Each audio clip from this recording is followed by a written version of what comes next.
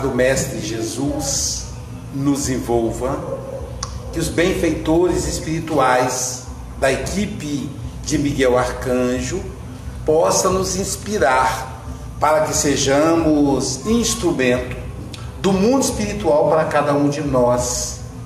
De antemão, quero agradecer a oportunidade e me sinto honrado por estar aqui na inauguração do novo salão.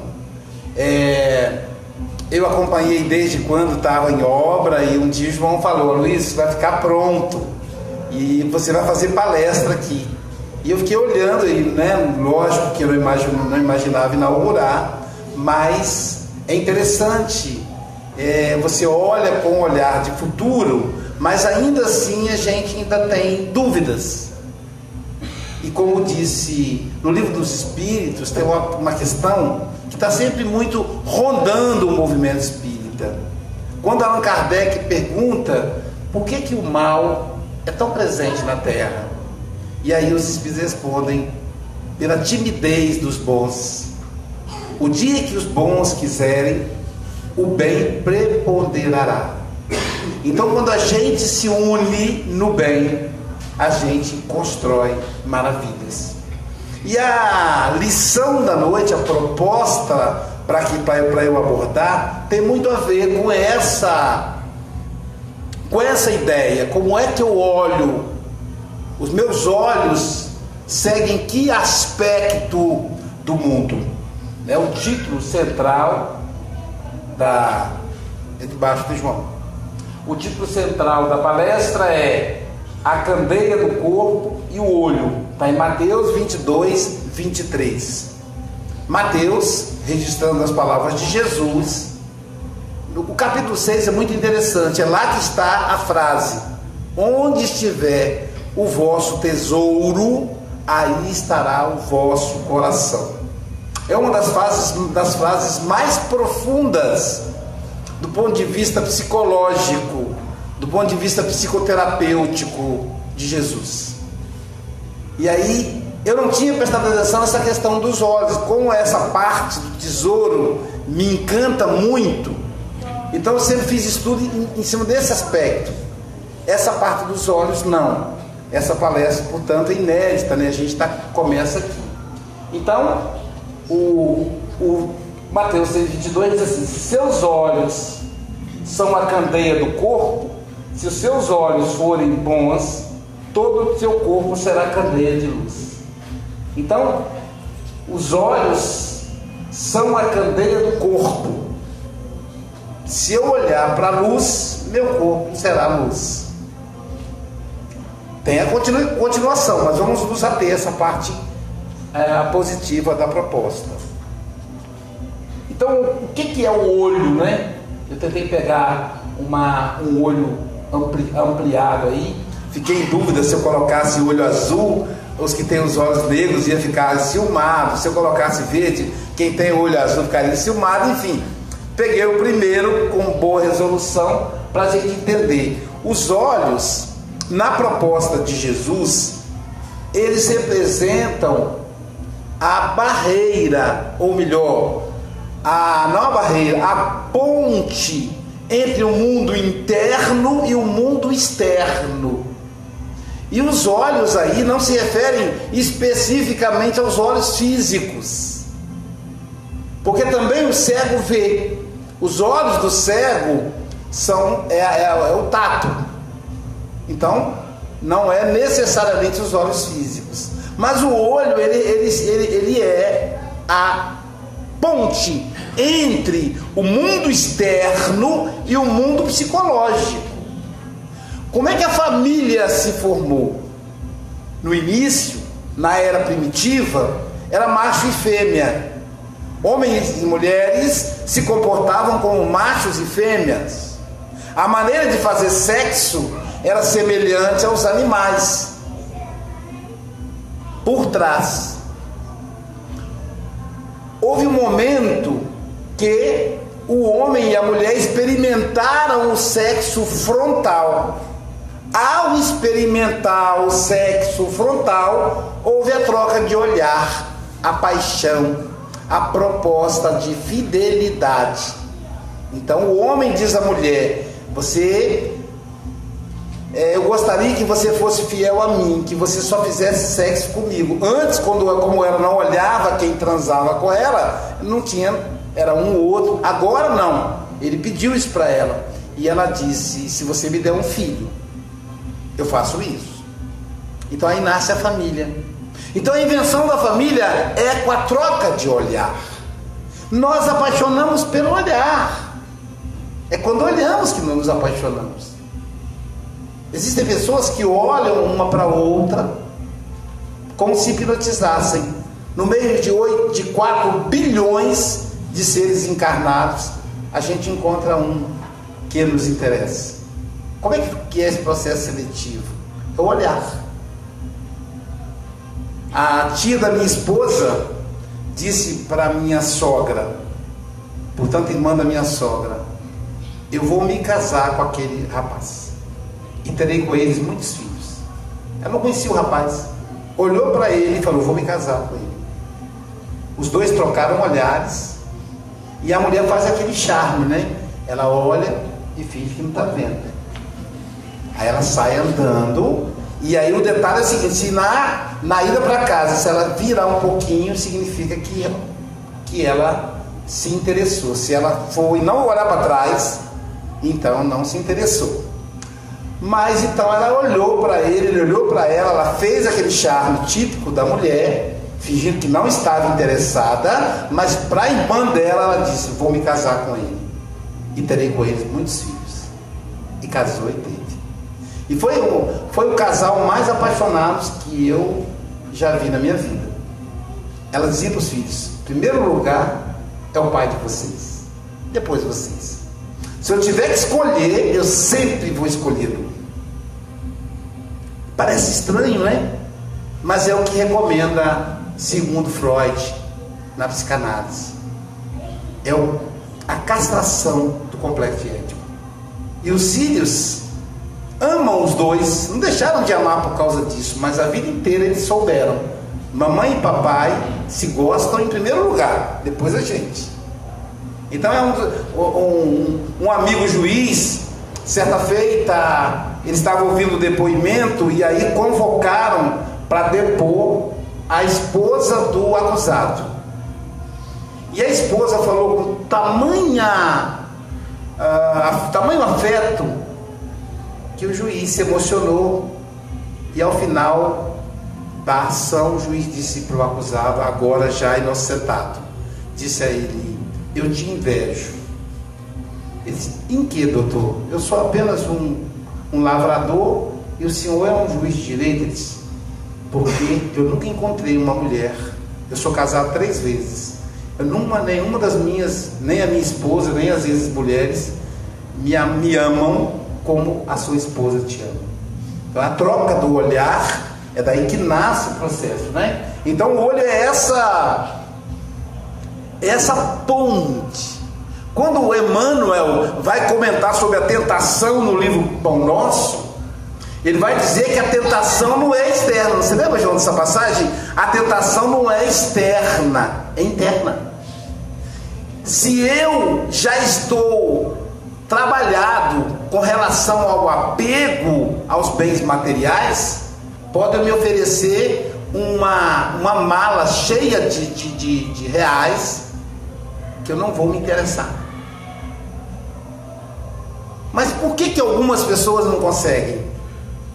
O problema é o olho, é a parte externa ou é interna? Quando ele olha para o dinheiro, provoca a sua fragilidade. Um senhor que era faxineiro em Brasília encontrou 4.000 reais e devolveu. Um outro caso, um morador de rua recebeu de doação uma blusa com 20.000 reais no bolso da blusa.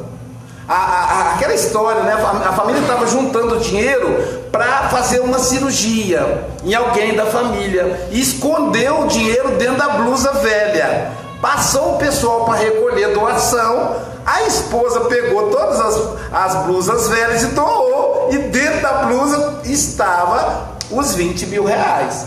Quando o marido chegou em casa, era um momento de enchente, quando o marido chegou em casa e ela comentou, olha, aconteceu isso, eu peguei tudo que estava vendo aqui e doei. Na hora ele não percebeu. Aí dormindo de manhã, ele lembrou, falou, gente, o dinheiro escondido, tomara que ela não tenha... Você doou todas as blusas velhas? Ela falou todas. Ele falou, aquela azul marinho foi a primeira. Correram na ONG para encontrar a tal blusa. Chegando lá, uma das pessoas que participaram da ONG falou, olha, são milhões de blusas que a gente recebe. Vamos olhar aí. E olharam, ficaram horas procurando. A blusa já havia sido doada. Perderam os 20 mil reais. Aí o homem veio e devolveu. Chegou na ONG e falou, olha, aquela blusa que você me deu, estava esse monte de dinheiro dentro dela. Olha, eu não peguei um centavo, já avisou, ó. Olha que coisa fantástica. Onde é que está aí? O problema é o olho ou é o coração? Então, o olho faz essa ponte. Então a tentação é interna. Tem homem que não pode ver um rabo de saia, que ele acompanha com os olhos. A mulher vê um conjunto de músculo, acompanha com os olhos. Outros olham sem a menor interesse. Porque não gostam de sexo, gostam, mas gostam de sexo com quem é casado. E como é que a gente vai regular isso? Cada um segundo as suas obras. Uma coisa que a doutrina espírita nos ensina é: reconhece-se o verdadeiro espírita pela sua transformação moral, pelo seu esforço. Então não tem nada a ver com o outro, mesmo sendo casado. Então existem mulheres que vão lidar com maridos que vão ter o olho comprido a vida inteira. Não é falta de respeito com ela também, mas às vezes é automático. Ele está conversando com ela, de repente, pois é, amor, nós temos que comprar mais arroz, que o arroz está acabando. Ele está certo, amor, está certo. E aí ela fala, por que você está olhando para lá se sou eu que estou conversando com você?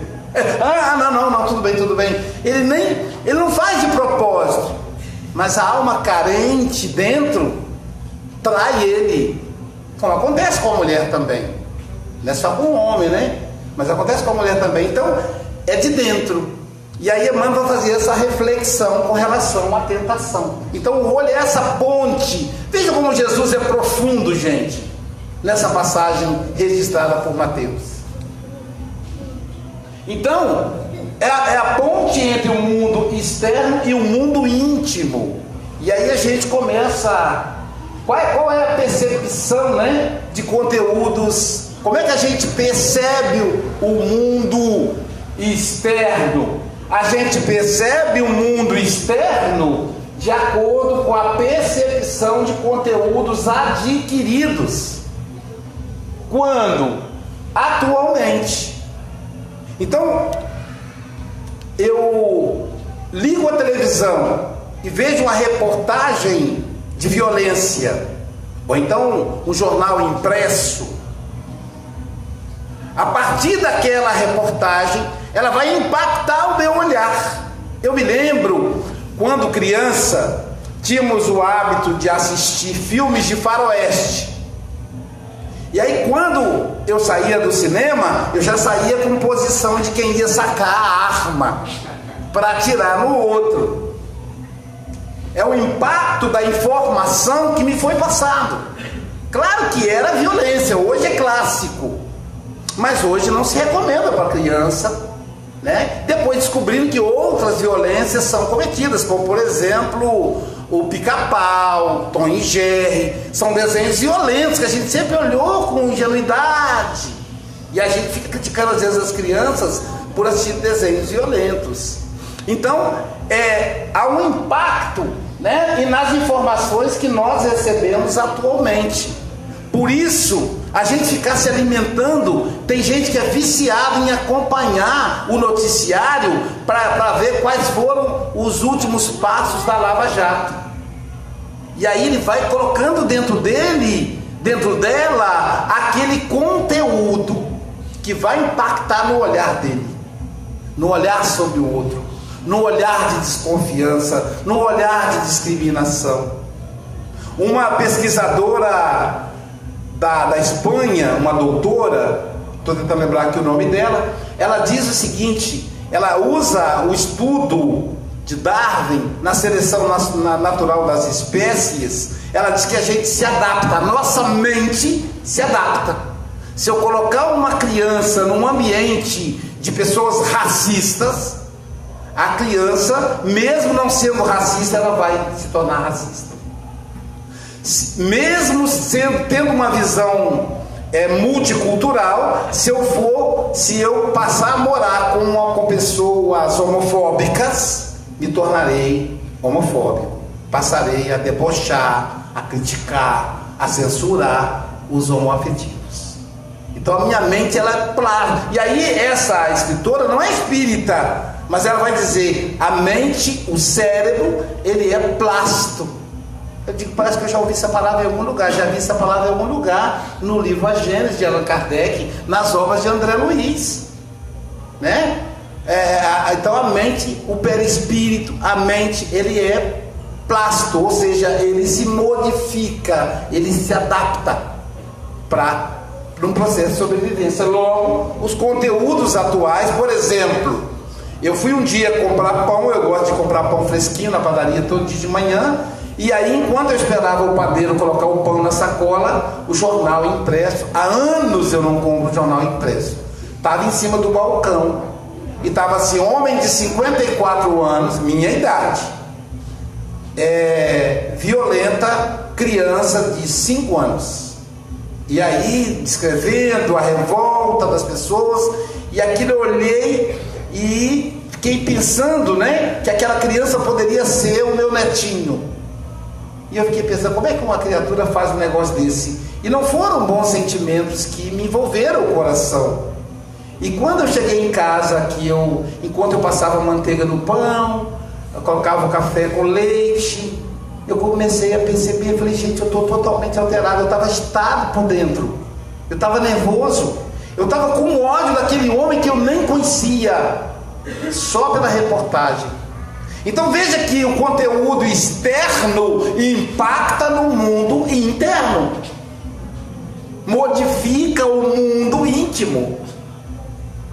E aí eu disse: meu Deus, me voltei, fiz uma leitura, uma prece e me apaziguei por dentro.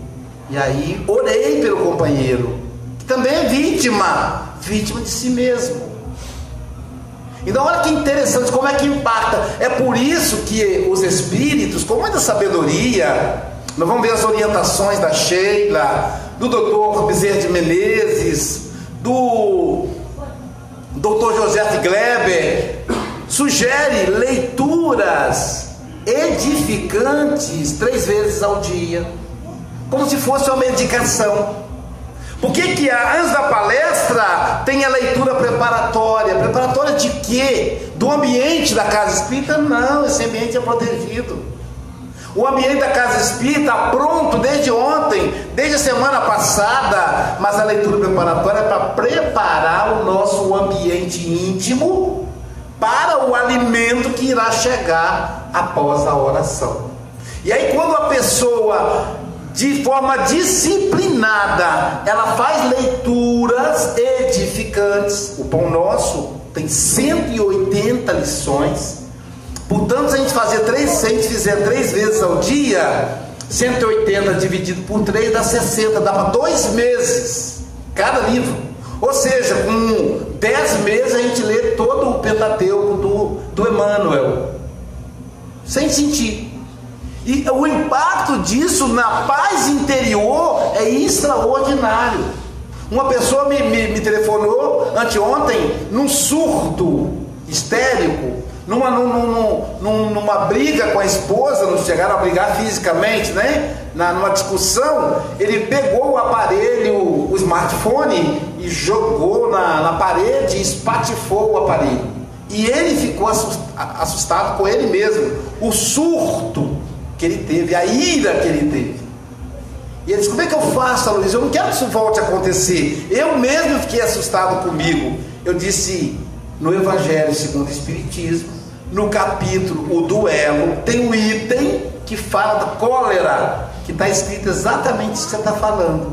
Lá os Espíritos dizem, se a pessoa que teve um surto de cólera, eu não uso o termo surto, né? Se ela olhasse para si mesmo, ela teria dois comportamentos: ou ela ficaria apavorada, ou teria muito medo de si mesma. Imagina os outros, imagina uma criança. Então eu disse para ele: leitura de uma página 3 vezes ao dia. E é interessante como você percebe a mudança. Então, são conteúdos atuais, seja ele conteúdo negativo, seja ele conteúdo positivo, né? Assistir programas de violência. Foi feita uma pesquisa nos Estados Unidos com as papila mesmo, gustativa, hein? Papilas gustativas. Colocaram um grupo de pessoas para assistir filme de violência e depois mensuraram as glândulas das papilas gustativas para ver a taxa de hormônios, de neurotransmissores nas papilas. Então a taxa de serotonina, dopamina, a taxa de imunidade caiu. Depois colocaram esse mesmo um outro grupo para assistir filme pornográfico e a queda foi ainda maior, ou seja, mostrando que esse tipo de filme, essas duas classes de filmes adoecem. Essa era a intenção dos cientistas. Depois pegaram um outro grupo diferente e colocaram para assistir filmes de comédia, Três Patetas, aqueles clássicos, né? Os Três Patetas, etc. E concluíram que o nível de noradrenalina, de serotonina, de dopamina subiram. Depois colocaram o outro grupo para assistir drama, aqueles filmes que a minha esposa que gosta, a gente assiste, a gente chora, porque a namorada cuida a esposa cuida do marido, até ele desencarna de câncer, a gente chora junto, o filho que sofre, depois morre, aí dramas. Também houve aumento nas taxas de hormônios que causam saúde. Então, o impacto dos conteúdos é fundamental. E eles vêm através dos olhos. Porque dos 5 sentidos é o que a gente mais usa. Usamos todos. É claro que Jesus se refere aos olhos, mas ele quer dizer ouvir música de baixo teor. Hoje, enquanto meu automóvel estava sendo revisado, eu queria olhar o que os meninos estavam fazendo, mas uma música de funk com uma letra terrível, extremamente agressiva à mulher. Não era só pornográfica, era violenta com a mulher. Ali só haviam homens. Mas a gente sabe que mulheres também dançam essas músicas. E aí eu ficava pensando, gente, eu vou sair daqui, porque essa coisa vai me poluir. Como é que eu vou fazer para eu me inspirar para a palestra mais tarde, né? Então, polui. Conteúdos adquiridos na infância. E aí o consultório de psicologia, de psicanálise, o que a gente vai trabalhar na psicanálise? A gente vai fazer a pessoa voltar à infância, os traumas da infância. Isso vai impactar em como a pessoa em como a pessoa sente, em como a pessoa percebe o mundo. O seu olhar vai ser otimista ou pessimista, dependendo desses conteúdos, principalmente desse aqui, ó. É a parte central. E a doutrina espírita vai nos mostrar também percepção de conteúdos adquirida em vivências passadas. Faltou o acento aqui. Vivências passadas. Não se usa mais o termo vidas passadas, porque vida a gente só tem uma, é única. Os nossos irmãos evangélicos nos combatem combatem a reencarnação dizendo isso. Vida, Jesus disse lá na Bíblia, só se vive uma única vez, está certo. A gente só tem uma vida, mas temos experiências diferentes. E a gente percebe no consultório que determinadas situações a pessoa não faz por mal, é o limite dela. E um limite que muitas vezes não é encontrado na infância. Não é encontrado na infância. Por exemplo, uma moça que tinha pânico de fogos e artifícios. Se soltasse fogos, imagina a Copa do Mundo agora, ela começa a quebrar tudo que está em volta, ela surta. E aí eu comecei a investigar. Quando é que surgiu? Ela falou, não lembro, desde que eu me entendo por gente. Aí eu perguntei à mãe dela, quando é que surgiu? A mãe dela falou, olha, Luísio, eu lembro dela com 3 anos já dando crise. Eu disse, quando a senhora ela estava na sua barriga, a senhora tomou algum susto, alguma coisa assim? Não. E aí fomos investigando várias sessões, 12 sessões, e eu não consegui encontrar, porque se eu não encontro a causa do pânico, eu não consigo ajudar a transpor aquele processo. Ela tinha pânico de fogos. E gente, para complicar, essa pessoa mora na Bahia, numa região em que a festa de São João, eles chamam festa de São João, dura 1 mês. Começa no dia 31 de maio e vai até o dia 30 de junho. Imagina. E fogos é o que mais tem em festa junina. E aí então propomos a ela uma regressão de memória a vivências passadas. E localizamos então que ela, como soldado, desencarnou com um tiro de canhão. O canhão foi mirado em direção a ela e ela espatifou em 1000 pedaços com aquele tiro.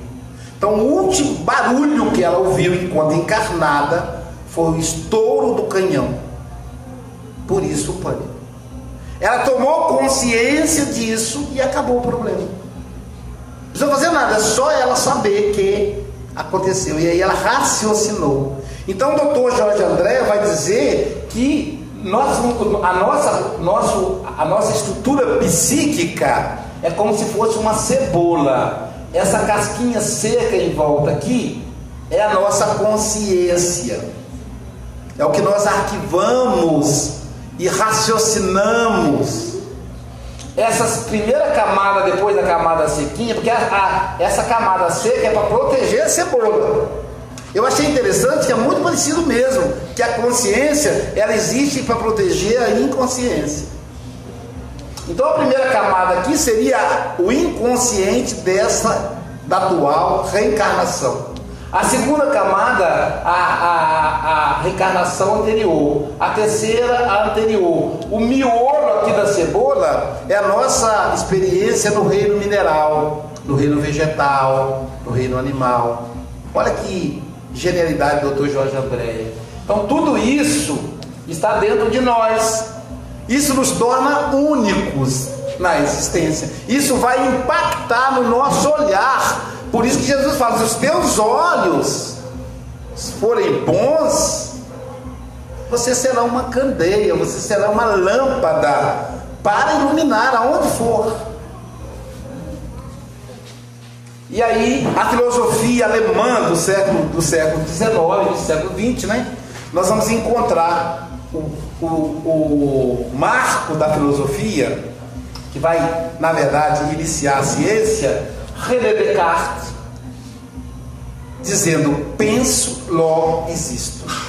Então ele é o primeiro a inaugurar a alma como autora da própria existência. Penso, logo existo. Se eu não penso, eu não existo. Eu só existo porque pensei na minha existência. Então ele vai começar essa ideia de separar a existência do indivíduo.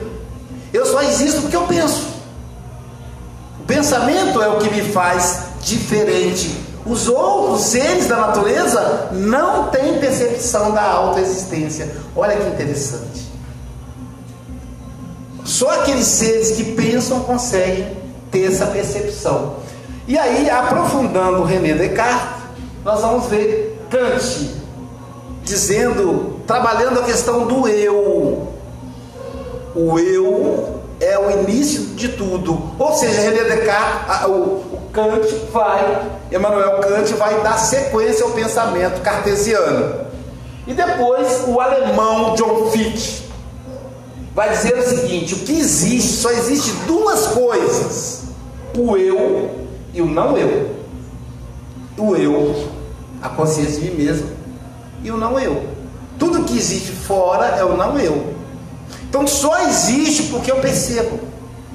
Uma pessoa que nunca viu um smartphone na frente vai ver essa coisa na minha frente aqui, não sabe o que é, não conhece, não existe. Ele não tem uma elaboração disso.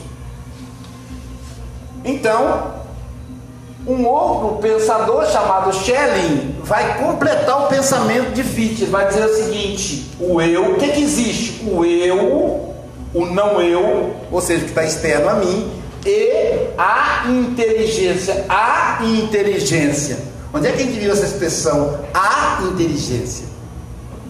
No Livro dos Espíritos, quando define Deus.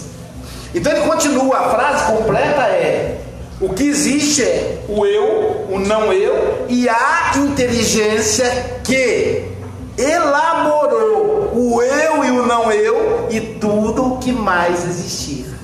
Então, na verdade, Schelling vai inserir aqui a existência da divindade. É aquilo que a gente vai ter: o eu, o não eu e Deus. O espírito, a matéria e Deus. Avançando um pouquinho, Schopenhauer vai dizer o seguinte: a vontade como representação. Para Arthur Schopenhauer, tudo que existe é aquilo que eu conceituo. Só existe o que eu vejo. O que eu não vejo não existe. Se eu falar para uma pessoa daltônica, se eu perguntar para uma pessoa daltônica qual é a cor desse livro, ela vai falar tudo menos vermelho, porque ela é daltônica. Ela não vê as cores como a gente. Então só existe porque a gente sabe que existe. Imagina um indígena que nunca teve contato com a civilização, ou um grupo de aborígenes, pedir para eles definirem, por exemplo, o microfone, o data show. E aí isso parece um pouco distante para a gente. Vamos pensar nas obras de André Luiz? Vamos lá, vamos em Missionários da Luz. Vamos visitar o capítulo da reencarnação de Segismundo. Não sei se alguns aqui lembram. Volta lá agora e lê para vocês verem a diferença. A Raquel e o Adelino. Meu filho está estudando isso porque, né, ele está grávido, ele está estudando isso aí, está me mostrando. A Raquel e o Adelino ajudando a construir o projeto do corpo físico do filho. Claro que eles não fazem o projeto, eles ajudam, porque existe ali a vontade do Espírito, existe ali a necessidade do Espírito, existe ali o passado do Espírito, tudo impactando. Mas por que eu estou trazendo esse assunto? Porque em 1990, 1980, sabe o que falavam? Que André Luiz, que os espíritos fizeram para André Luiz uma planta do perispírito de Segismundo. Mas a maneira como André Luiz descreve em uma obra que o Chico Xavier psicografou em 1950 é um holograma, é 3D, gente. Mas como é que a gente vai falar de holograma, João, se a gente não tem noção de profundidade? A nossa visão é altura e largura, é só 2D. Imagina quem nunca foi a um filme 3D. Primeira vez que eu fui, O cara deu um tiro, não deu tiro, como é que foi o negócio? Jogou uma pedra, era um filme até religioso. O cara jogou uma pedra no outro, e aí a pedra parece que visse de mim, eu desviei da pedra assim, porque é 3D, né? Você vê a pedra tridimensional. Mas como falar de 3D sem conhecer o 3D? João me lembrava agora num bate-papo nosso sobre o Apocalipse.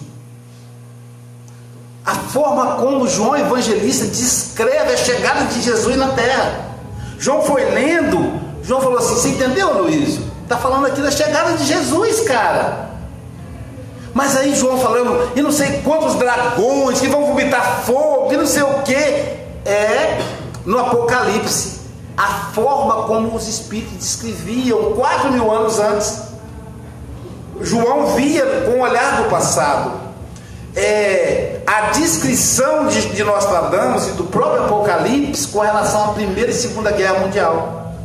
A descrição dos aviões, os dragões que cospem fogo.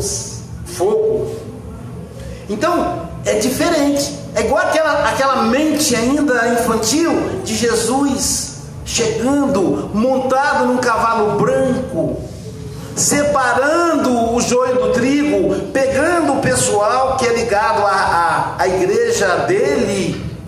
Fica aqui à minha direita, e você que não é, você que é espírita, você que é do candomblé, fica aqui e vai para o inferno, sabe? Então assim, é uma visão equivocada, porque é um olhar de quem escreveu lá atrás, mas que na verdade não conseguia descrever o aspecto psicológico. No entanto, se a gente prestar atenção no Evangelho de Jesus, nós vamos encontrar ele dizendo assim: o reino de Deus está dentro de vós. Então, quando Allan Kardec, na obra O Céu e o Inferno, ele desconstrói a ideia de céu e inferno, ele mostra que é uma invenção teológica, não existe enquanto espaço geográfico.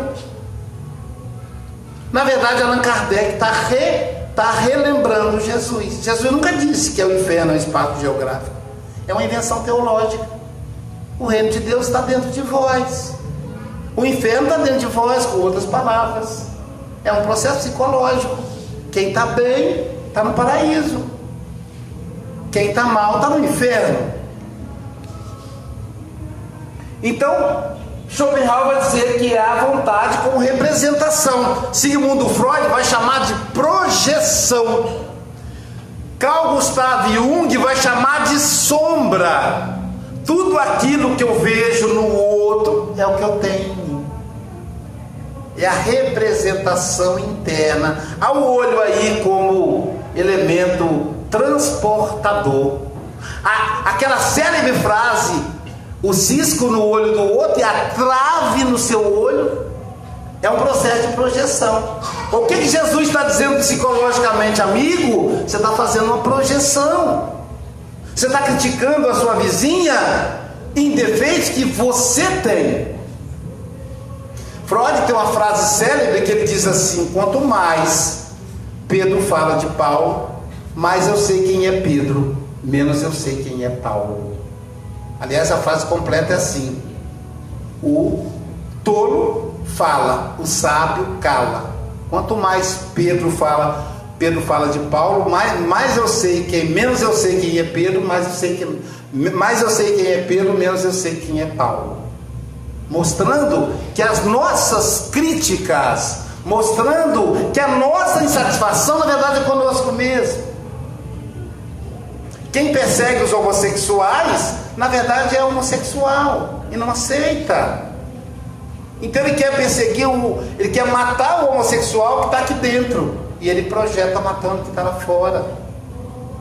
Todo racista é negro e não aceita a negritude. Todo gordofóbico é gordo e não aceita a sua condição física, a sua condição biológica. E aí ele é gordofóbico, ela é gordofóbica, fica criticando. Uma vez uma pessoa falou comigo: Luiz, uma paciente, tá, uma coisa que eu não tolero é gente gorda. Quando eu vejo uma mulher gorda, sobretudo a mulher, se for gorda, eu logo não quero conversar, me afasto. Qualquer coisa que venha de uma gorda, eu não gosto. Eu disse a ela: você sempre foi magrinha? Ela disse: não, minha infância e adolescência inteira eu era gorda, muito gorda. Eu disse: como é que você era tratado na infância? A minha mãe debochava de mim o tempo todo. Eu digo: então seu problema não é com as gordas, é com a gorda lá da infância. E aí tem a filha que é gorda, então criou um problema, ou seja, ela está continuando o processo que ela teve com a mãe. Provavelmente a mãe também era gorda e discriminou-a por isso, e agora ela repassa isso para a filha. Essa minha filha tem a idade que eu tinha quando eu era gorda. Eu digo: então seu problema não é com a sua filha, é com você. E aí você vai adoecer sua filha como sua mãe te adoeceu, é isso? Então é a projeção.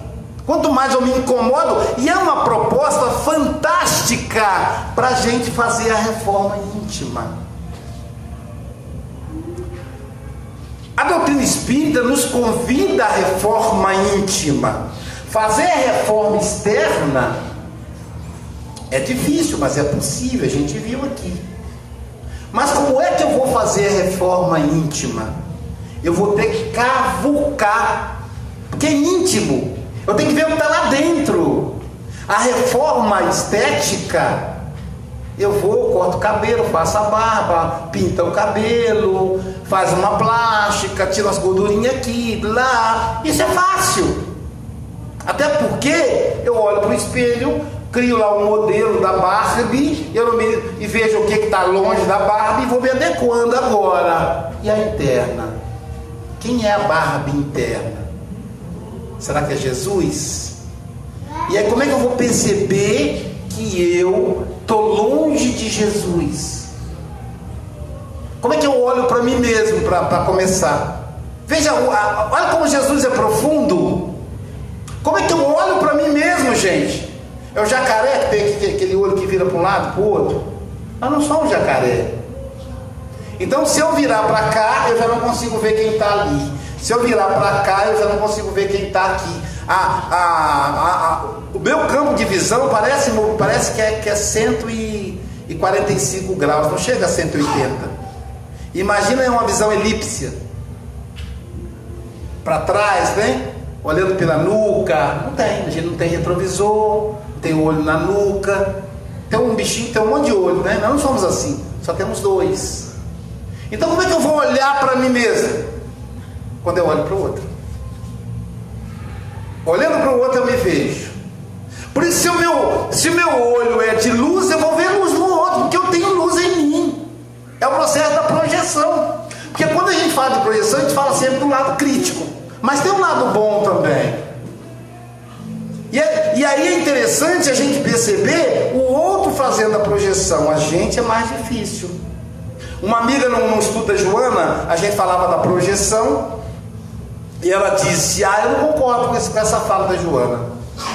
Por exemplo, eu não gosto de gente fofoqueira. E eu não sou fofoqueira. Né, fulana? Amiga dela, aquelas amigas que andam junto para todo lado, né? Né, fulana? Aí a fulana baixou a cabeça. Não é, fulana? Você está dizendo que eu sou fofoqueira? Falou para a amiga dela. Você é minha amiga. Você está dizendo que sou fofoqueira, amiga? Não, mas você não falou nada, você baixou a cabeça, você confirmou. Então eu não gosto de gente fofoqueira porque eu sou fofoqueira. Pronto. Ela vive falando das fofoqueiras, então ela é uma fofoqueira. Sacaram? Cada vez que ela fala mal de uma fofoqueira, ela está fazendo fofoca. E aí ela se percebeu. A outra disse assim: eu também não concordo não. Por exemplo, eu odeio gente preguiçosa. E eu trabalho muito. Se eu fosse preguiçosa, dava para entender. Mas eu trabalho muito. Eu disse: você trabalha muito? Ela disse: muito. muito. Eu disse, engraçado, eu nunca ouvi a Madre Teresa falando assim, eu trabalho muito. Ela dormia 3 horas por noite. Eu nunca vi o Chico Xavier dizer, eu trabalho muito. Devotou a vida dele inteira para ajudar o próximo. Eu nunca ouvi a irmã Dulce, que dormia numa cadeira de madeira, dizer, eu trabalho muito. Como é que você trabalha muito? O que é trabalhar muito? Ela se eu estou reclamando que eu estou trabalhando muito, é porque eu sou preguiçosa, e o que eu faço normal, para mim, é muito. Então, eu sou preguiçosa.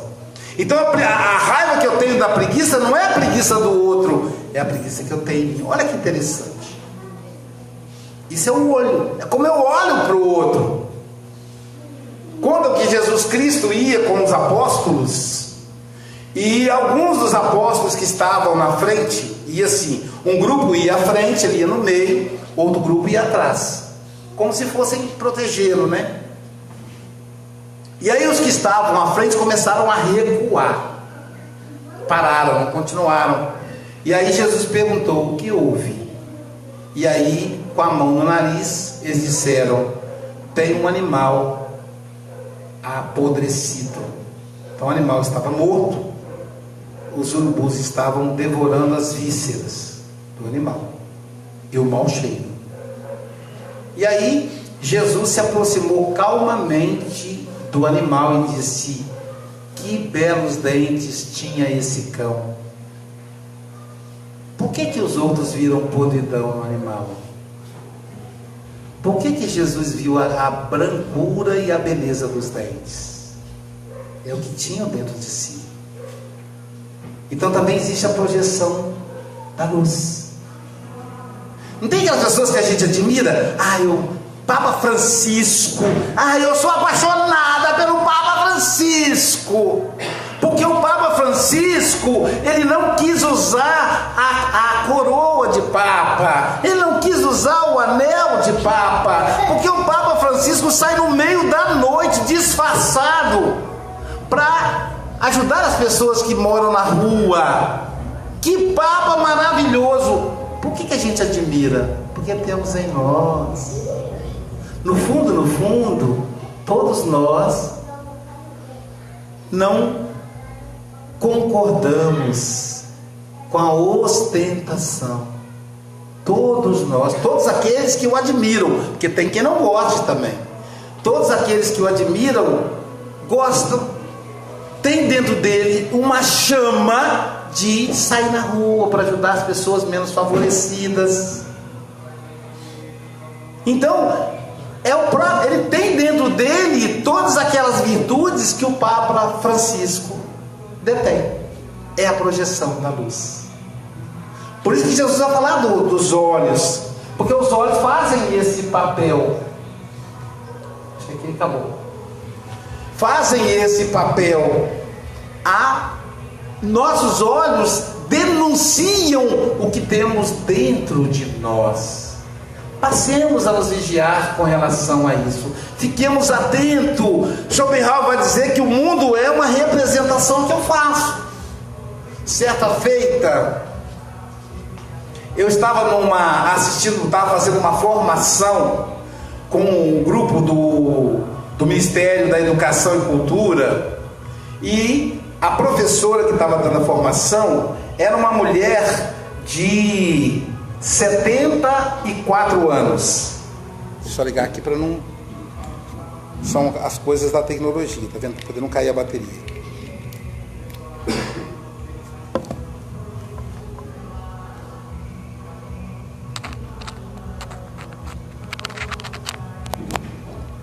Pronto.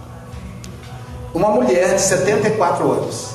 Ela era tão boa oradora que quando deu, ninguém nem piscava. Eu sentei nas primeiras cadeiras que eu cheguei mais cedo, mas eu olhei para trás, ninguém nem piscava. Quando deu o intervalo do almoço de meio-dia, ninguém levantou.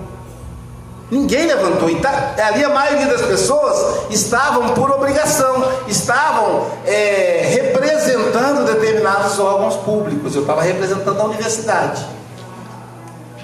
Ninguém E ela disse assim: me perdoem, eu atrasei 5 minutos o almoço de vocês, vamos descontar no retorno à tarde. E aí ela encerrou a fala da manhã e as pessoas continuaram sentadas, como se estivessem hipnotizadas. E aí eu me aproximei dela e disse assim: olha, professora, eu nunca vi uma aula em toda a minha vida, eu nunca assisti uma aula tão profunda e agradável como essa. A sua didática é extraordinária. A senhora está de parabéns. Sei que a senhora não precisa, a senhora ela já trabalha por gostar, porque ela já está aposentada há um tempão, 74 anos, né?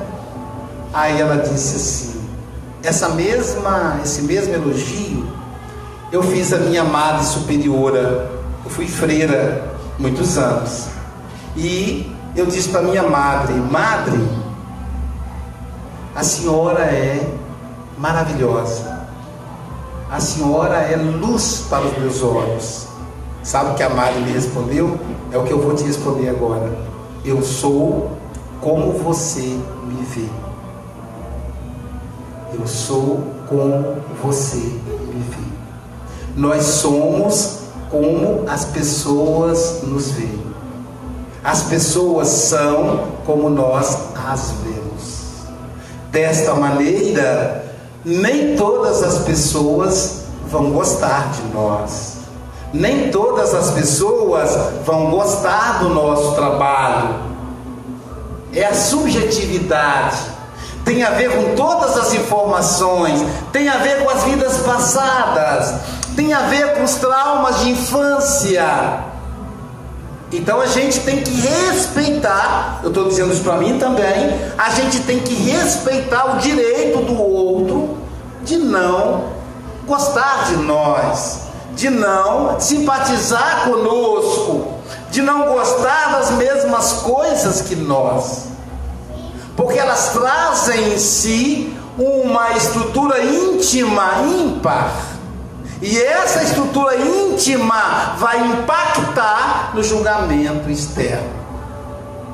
Uma senhora na cidade de Luisiânia, estado de Goiás, eu fui fazer uma palestra lá. Ao final da palestra, uma senhora olhou para mim e disse assim: eu te amo, deixa eu te dar um abraço. Eu fiquei meio surpreso, porque a palavra amor é uma palavra muito forte, mesmo dita dentro de um centro espírita. Era a primeira vez que eu vi aquela mulher.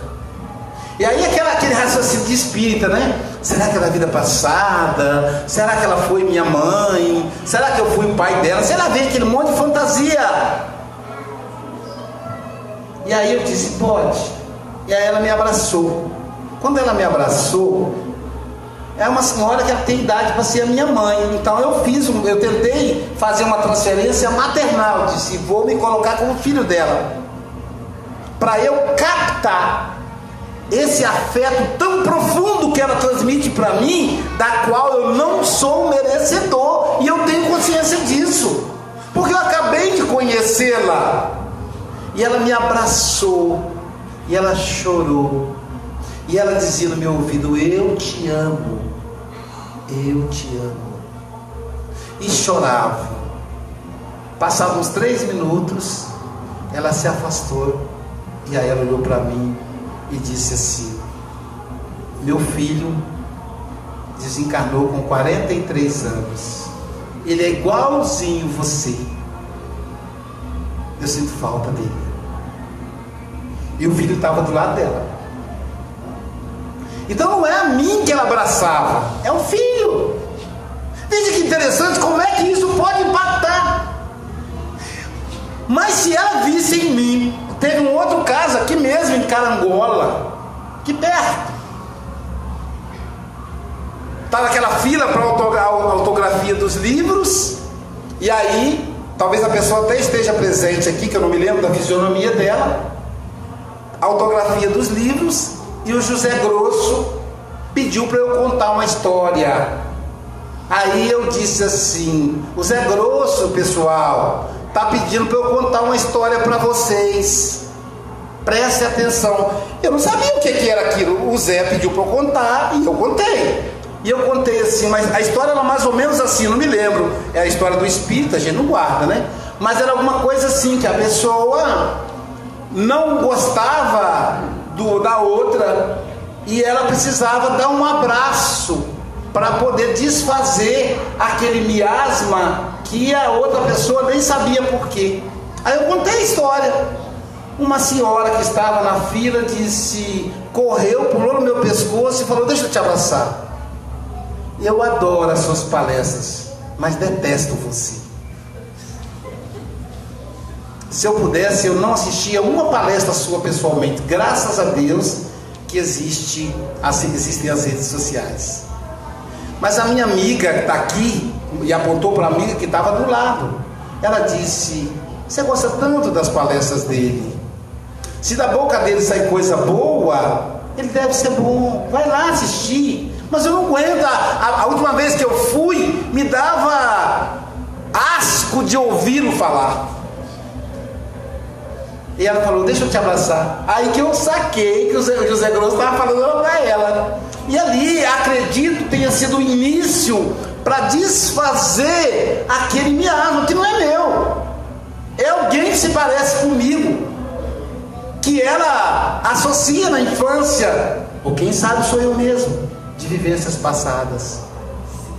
Sim, isso que eu ia perguntar, João. Quem sabe sou eu mesmo de vivências passadas. Quando Jesus, no diálogo com o apóstolo Pedro, ele faz uma pergunta que me faz tremer nas bases até hoje. Todas as vezes que eu leio essa passagem, ele diz assim: Pedro, tu me amas? Olha só. Pedro rapidamente responde: sim, Senhor, eu te amo. E Jesus então diz: apacenta as minhas ovelhas.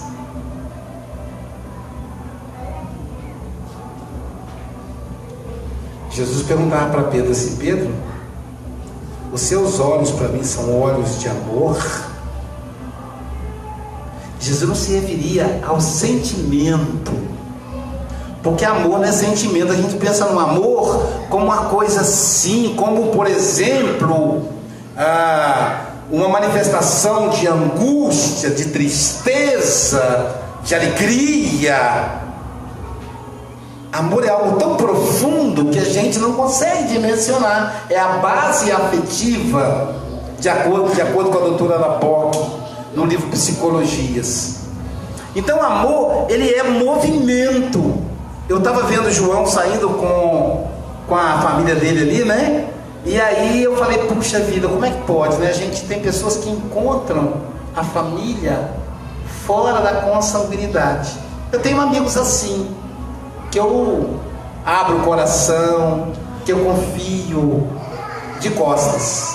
João é um deles. Eu estava conversando com um amigo que está montando a minha agenda na Suíça agora em outubro, e ele dizia: Luiz, como é que a gente se apaixonou um pelo outro? Foi a primeira vista, você lembra? Eu vi a sua palestra e eu não larguei você mais. E você, quando olhou para mim, parecia que tinha encontrado o namorado. Eu disse: mas não existe amor à primeira vista, meu amigo Ais. Amor é sempre a quarta, quinta, 10ª vista. Nós nos reencontramos.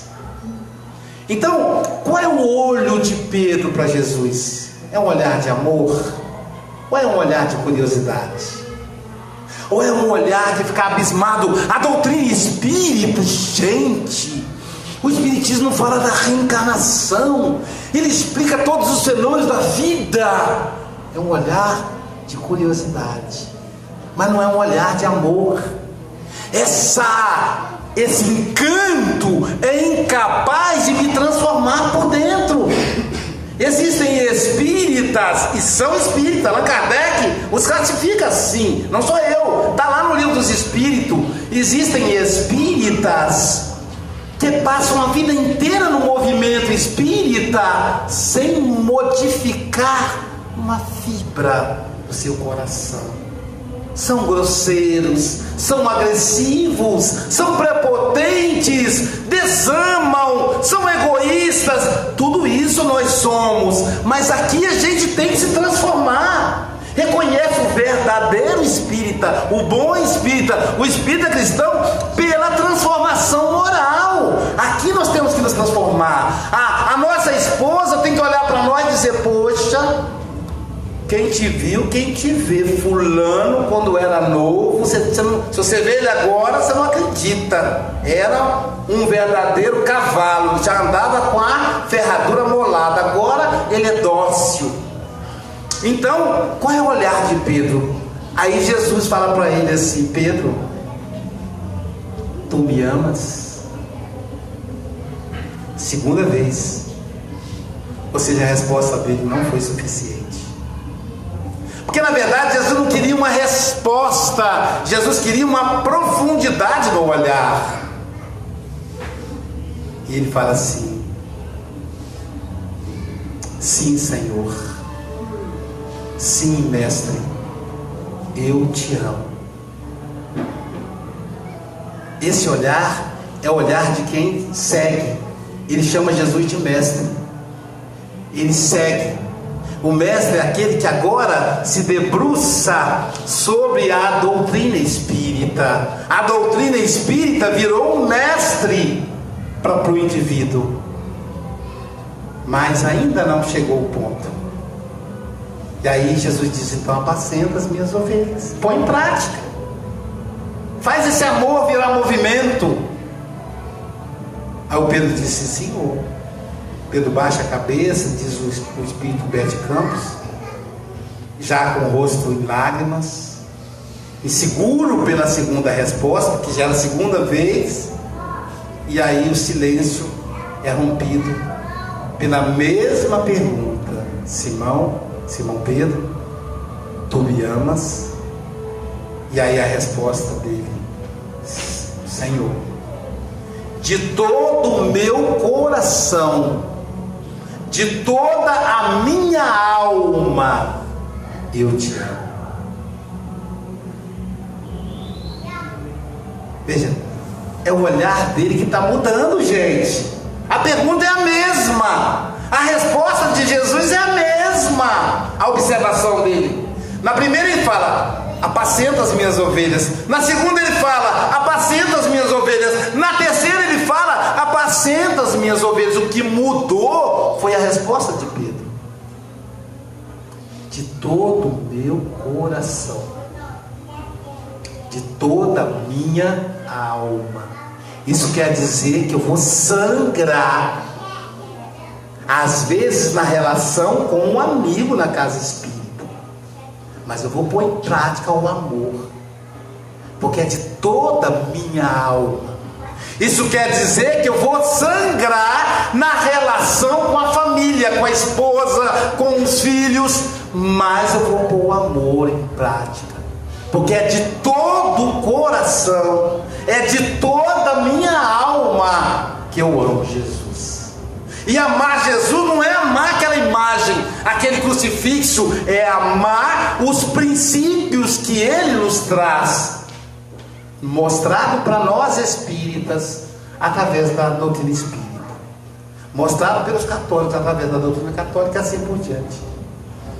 Isso é amar, é o olho que muda, é o olhar que muda. E aí a gente vai fechar com a leitura preparatória, que dizia o que, João? A leitura preparatória dizia, hein?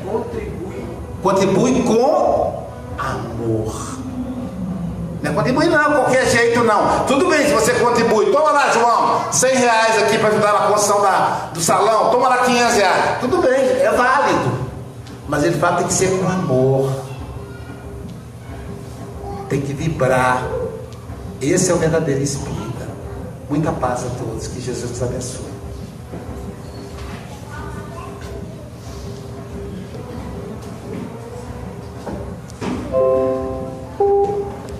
Só mostrar aqui um pouquinho para o pessoal de fora a imagem do pessoal. Aí, pessoal, tá vendo, gente? Isso aí é a inauguração do salão do... Mostrar aqui o nosso amigo do violão. Agora o João aqui. Tá bom? Muita paz a todos. Nos falamos depois, tá bom?